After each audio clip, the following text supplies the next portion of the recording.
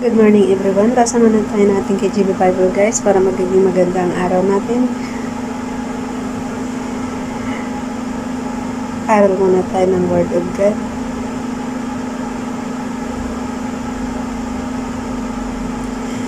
Today is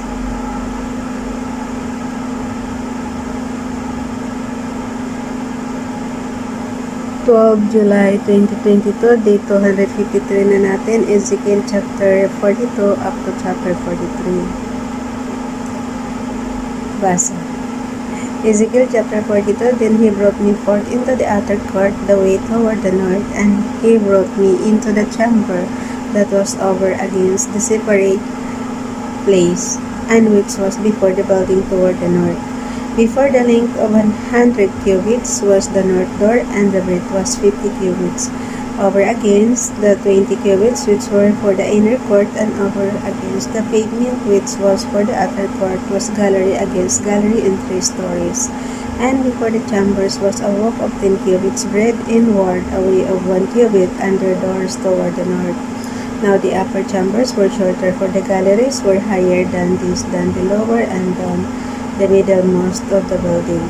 Verse 6, For they were in 3 stories, but had not pillars, as the pillars of the courts. Therefore the building was straightened more than the lowest and the middlemost from the ground.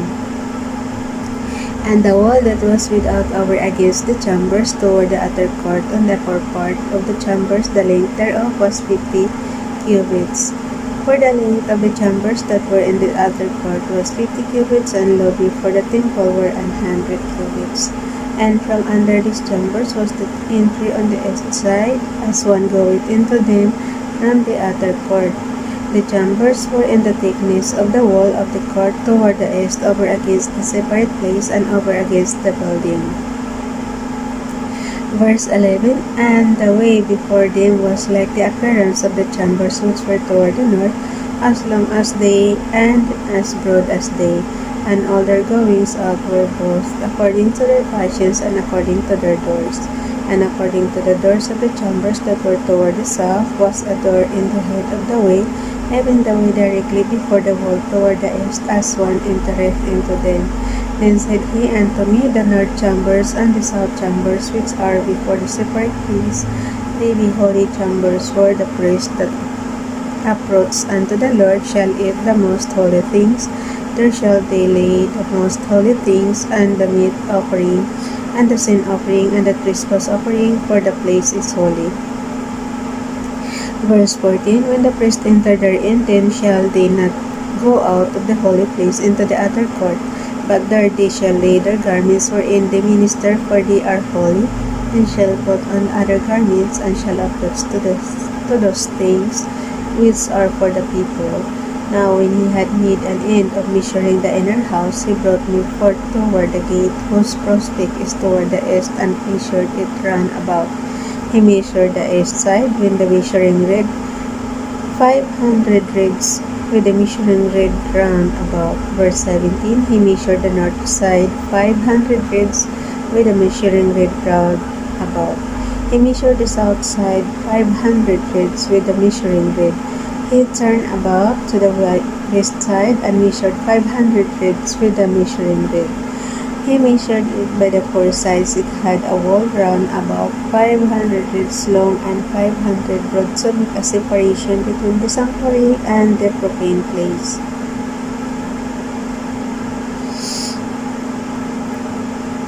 So hanggang 43 tayo guys. Ezekiel chapter 43, basa. Afterward, he brought me to the gate. Ezekiel chapter 43 na tayo guys. Last chapter. Afterward, he brought me to the gate, even the gate that looketh toward the east, and behold, the glory of the God of Israel came from the way of the east.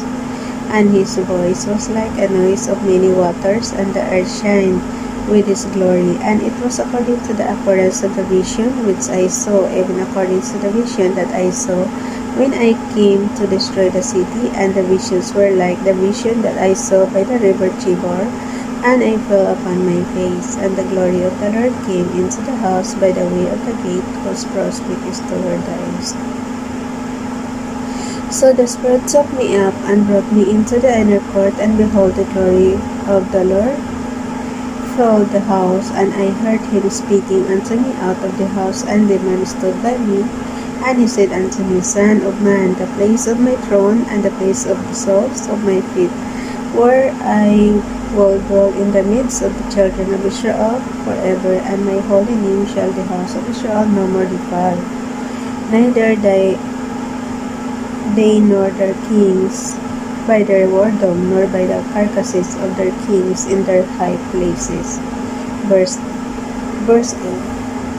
And their sitting of their threshold by my thresholds, and their post by my posts, and the wall between me and them, they have even defiled my holy name by their abominations that they have committed, wherefore I have consumed them in mine anger. Verse 9. Now let them put away Verse 9. Pakasabayan ako, guys. Now let them put away their whoredom and the carcasses of their kings far from me, and I will dwell in the midst of them forever. Thou son of man, show the house to the house of Israel, that they may be ashamed of their iniquities, and let them measure the pattern. And if they are ashamed of all that they have done, show them the form of the house, and the fashion thereof, of the goings out thereof, and the comings in thereof, and all the forms thereof, and all the ordinances thereof, and all the forms thereof, and all the laws thereof, and write it in their sight, that they may keep the whole form thereof, and all the ordinances thereof, and do them. This is the law of the house upon the top of the mountain. The holy thereof found round about shall be most holy. Behold, this is the law of the house. Verse 13. And these are the measures of the altar after the cubits. The cubit is a cubit and an hand breadth. Even the bottom shall be a cubit, and the breadth a cubit, and the border thereof by the edge thereof round about shall be span, and they shall be the higher place of the altar. And from the bottom upon the ground even to the lowest settle shall be 2 cubits, and the breadth 1 cubit, and from the lesser settle even to the greater settle shall be 4 cubits, and the breadth 1 cubit. Verse 15. So the altar shall be 4 cubits, and from the altar and upward shall be 4 horns. And the altar shall be 12 cubits long, 12 broad square in the 4 squares thereof. And the settle shall be 14 cubits long, and 14 broad in the 4 squares thereof. And the border about it shall be half a cubit, and the bottom thereof shall be a cubit about, and his store shall look toward the east. Verse 18.